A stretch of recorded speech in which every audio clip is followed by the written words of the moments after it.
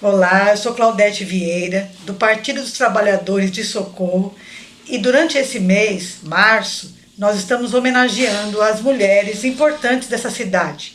Hoje, nós vamos conversar um pouco sobre Conceição Fontana, que muito atuou na atenção e no cuidado às pessoas com vulnerabilidade social. Quem a conheceu e também quem não a conheceu vai ter a oportunidade de entrar em contato com as suas ações que tanto contribuíram na vida de pessoas que não tinham um olhar de onde deveriam ter. Porque quando a caridade é tão necessária, é porque a política pública não está chegando. Bom seria que a gente não precisasse exercitar a caridade. Bom seria que o governo chegasse em cada cidadão e em cada cidadã. Mas como isso ainda é utopia, muitas e muitas pessoas como Conceição Fontana são necessárias na vida daqueles que não têm a voz e muitas vezes não têm a vez. Hoje nós vamos conversar com a Neuzinha, com a Aninha e com a Celi, que são pessoas que diretamente estiveram envolvidas nesse projeto e na vida da Conceição. A Aninha, por sua vez, é a filha da Conceição. Traz junto dela aquela semente da luta em favor dos menos favorecidos socialmente. E eu vou começar perguntando para eles o que levou a Dona Conceição a ter essa atuação junto às pessoas que tinham a necessidade. O que levou ela para essa ação junto ao que ela chamava de meus mendigos, carinhosamente. Quem gostaria de começar falando?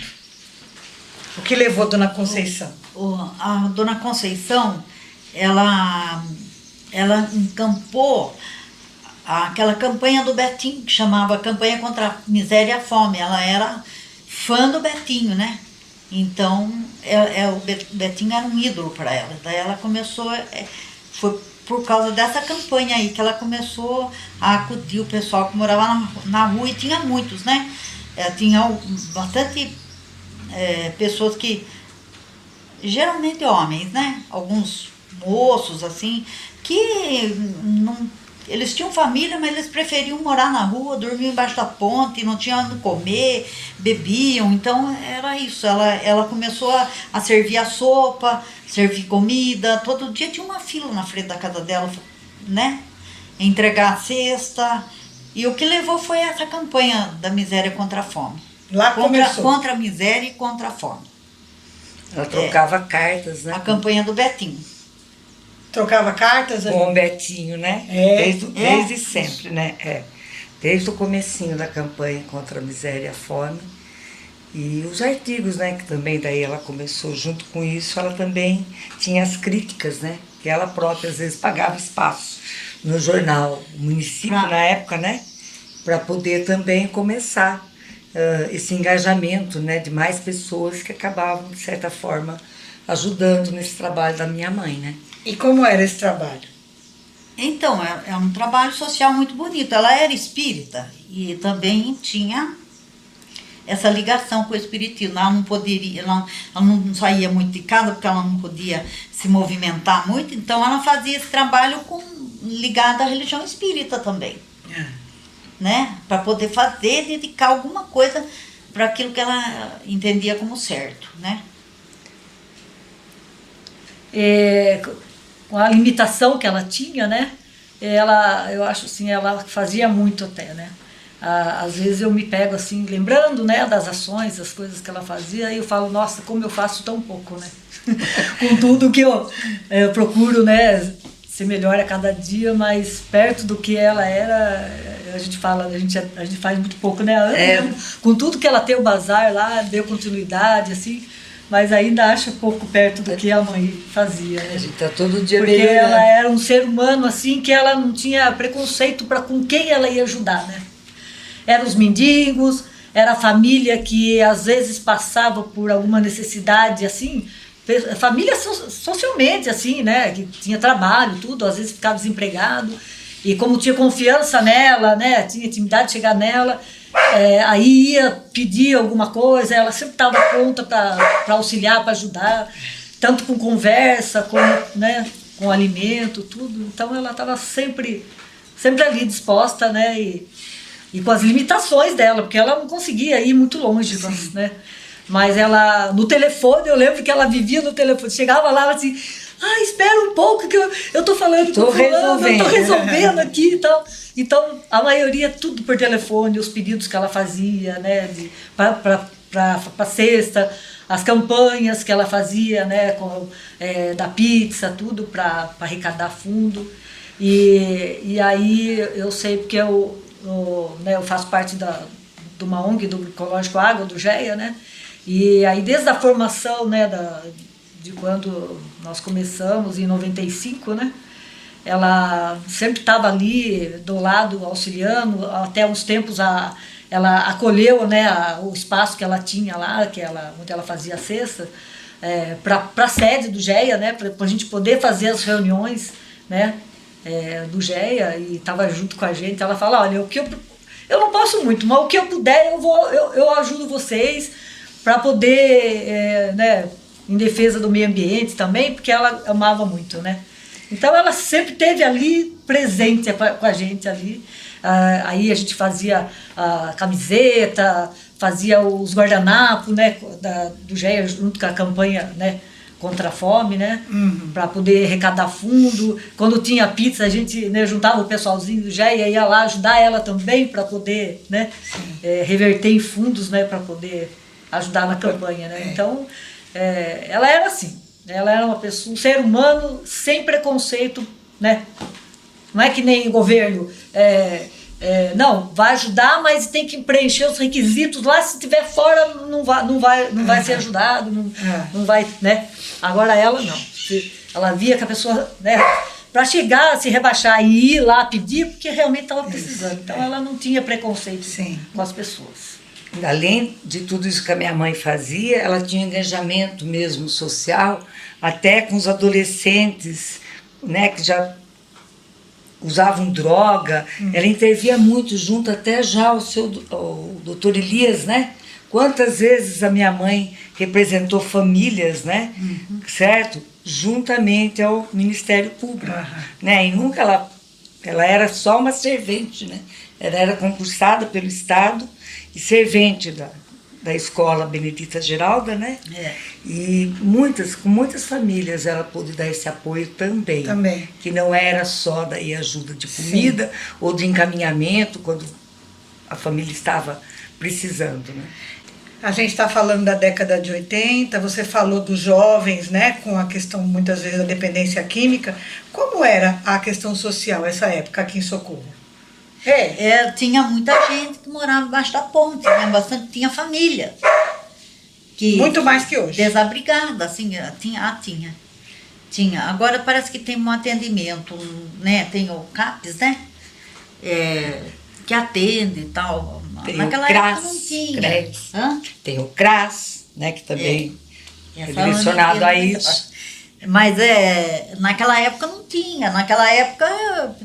E era uma questão assim, essas pessoas não adiantava você querer que elas seguissem regras, elas não seguiam regras, né? Elas bebiam, eram alcoólatras, eram drogadas, e às vezes ia morar em Beija-Ponte e formava uma família e dormia nos bancos do jardim e não tinha, a hora que ia comer ia na casa da Conceição, né? A questão social era essa, e com esses indivíduos a prefeitura não agia muito. Já teve em Socorro um abrigo, mas precisava ter nesse abrigo uma certa assistência, assim que nem, sabe, podia ter a comida, tudo lá dentro desse abrigo, mas assim, era para eles irem lá tomar banho, era para eles ir dormir, para não dormir na rua, era para eles irem lá comer. Só que essas pessoas não têm regras, é isso que eu falo para vocês. Se elas quiserem dormir sem tomar banho, elas querem dormir sem tomar banho. Se elas quiserem ir lá comer e você falar para elas, olha, você tem que comer, você tem que usar o banheiro, tudo, mas você tem que limpar. elas não querem limpar. Então, Quer levar o precisava cachorro. ter uma assistência esse local, e não tinha. Então, naquela época, tentaram, mas não conseguiram. E a Conceição acudia todo esse pessoal sem questionar. Sem regra, né? Sem preconceito algum, né? A área ali da casa, né? A esquina, né? Era os bancos, né? Que acho que até o Sérgio, numa das feiras aí de malha, doou para ela 2 bancos, né? As pessoas sentavam no chão, algumas no banco, e levavam o cachorro, como você está falando, fazia parte da família, né? Sim. De cada um. E dividia-se tudo, né? Até com os animais, né? Nunca teve O que ela restrição. podia vender no bazar, ela vendia. O que ela não vendia, ela doava. Sim. Entendeu? Ela dava, Dava. né? Mandava para as famílias lá em Minas, lá no fundão, ela falava, né? Ai, tem umas famílias lá no fundão, lá que não chega nada, vou mandar para lá. Aí ela falava assim, separa isso aqui que eu vou empacotar e vou mandar para lá. Ela mandava ainda fora daqui, né? Porque na época tinha a parte de aviação, ela mandava coisas para Cuba, né? Papel, lápis, sabonete. Ela tinha esse contato preocupação. que a gente agora, com maior facilidade que existe, não tem mais esse trâmite, né? Ela, do jeitinho dela, muito simples. Ela tinha umas pessoas aí, braço direito dela, que nunca a gente soube nem quem era. Mas as campanhas eram feitas e chegavam no destino. Que maravilha. Né? Essa atuação dela fez ela se aproximar, e mais a idolatria dela por Che Guevara, pelo Betinho, fizeram ela se afinar com o discurso da política de esquerda.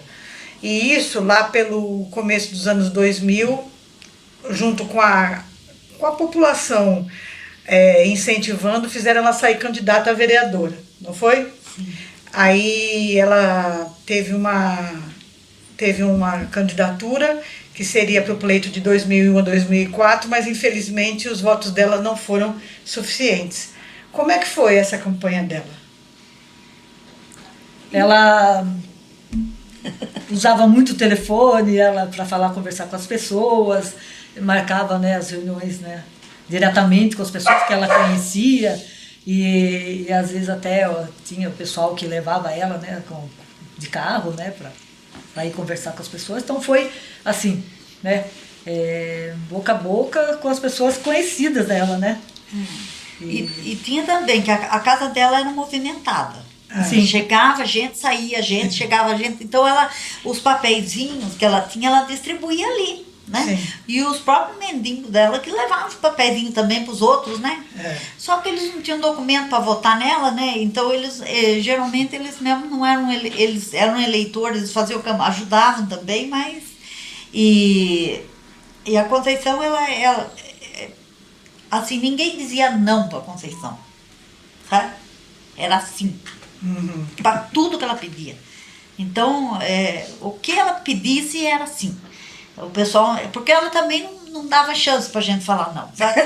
Ela falava assim, olha, eu vou fazer, eu preciso disso, você faz pra mim? Como que eu vou falar não pra Conceição? Vou fazer pra Conceição, né? É que ela era uma pessoa que ela honrava as coisas que ela fazia, né? Então, se ela estava fazendo aquela campanha, que ela arrecadava, ela revertia, o pessoal via para onde estava indo, sabia o que ela estava fazendo. Então, muita gente conhecida na cidade, sim, chegava, ia lá, recebia o salário, o pessoal mais até, assim, com uma aquisição melhor, chegava na casa dela uma vez por mês lá e levava lá. Muitas vezes eu estava lá, presenciava isso, né? Porque eles iam lá e levavam lá. Falavam, você não quero nem saber o que você vai fazer. Eu sei que você vai saber direcionar isso daí. Então ela tinha muita responsabilidade, né, em cima, né, da campanha dela e do que ela fazia. Então o pessoal confiava muito. Confiava. Sabia que na destino pessoa ia ter. dela, o ser humano que ela era, né? Da prática da caridade que ela tinha, que era, nossa, sem... E da pouca informática para a época, né? Ela contava com a Cristina Tasca, Neuzinha, não sei mais quem, porque em todos os trabalhos ela colocava uma mensagem, né? Tudo. Se fosse na pizza, fosse colocava no pão, o que fosse fazer ia sempre uma mensagem junto do Fome Zero, da campanha da fome, sempre preocupada, né? Em colocar uma palavra. Mãe adotiva de muita gente, né? Inclusive minha, né? Que ela ia adotando pro caminho, assim, né? Ela ia adotando um monte de gente. E tudo isso com pouquíssima ajuda institucional, né? O governo contribuía de que forma? A ajuda que ela tinha era das pessoas, pessoalmente, das pessoas, assim. Mas não tinha ajuda assim, que vinha de governo, de prefeitura, não tinha. Era ajuda, por exemplo, podia ser que alguém que o prefeito até podia ajudar, mas ele ajudava não como prefeito, como pessoa. Como pessoa. Várias pessoas ajudavam Conceição, né?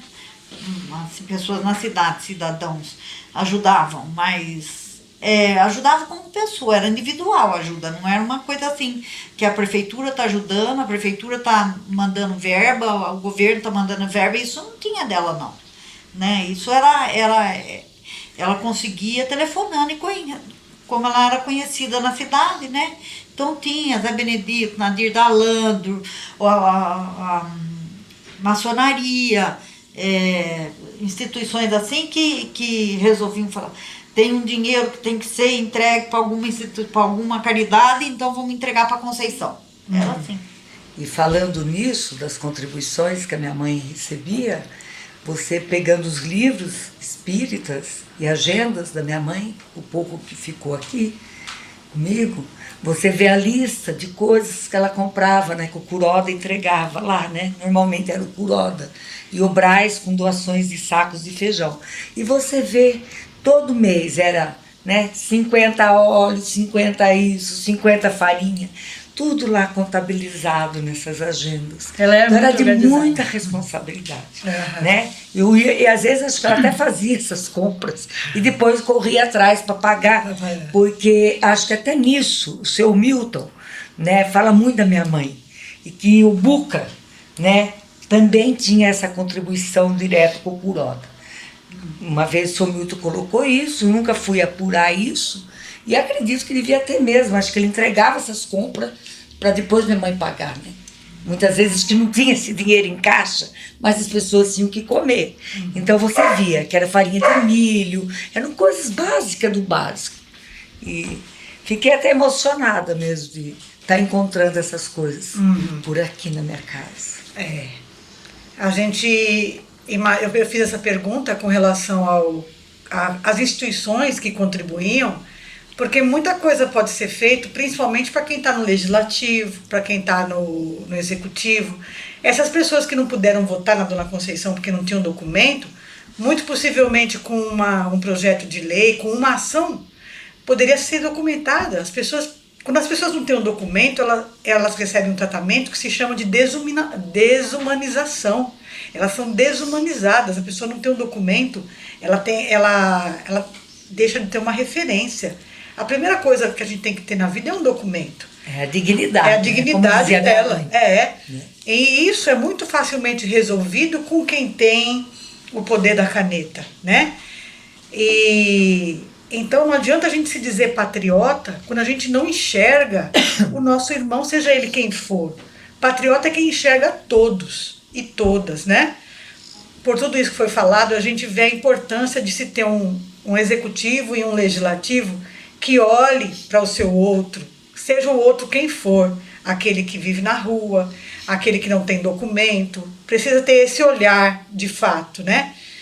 Agora, a gente vê a cidade de Socorro nos dias de agora com dificuldade de enxergar todas as pessoas. O executivo, o legislativo. O legislativo, por exemplo, teve um retrocesso imenso. Hoje não tem uma mulher vereadora. Naquele tempo da Conceição tinha.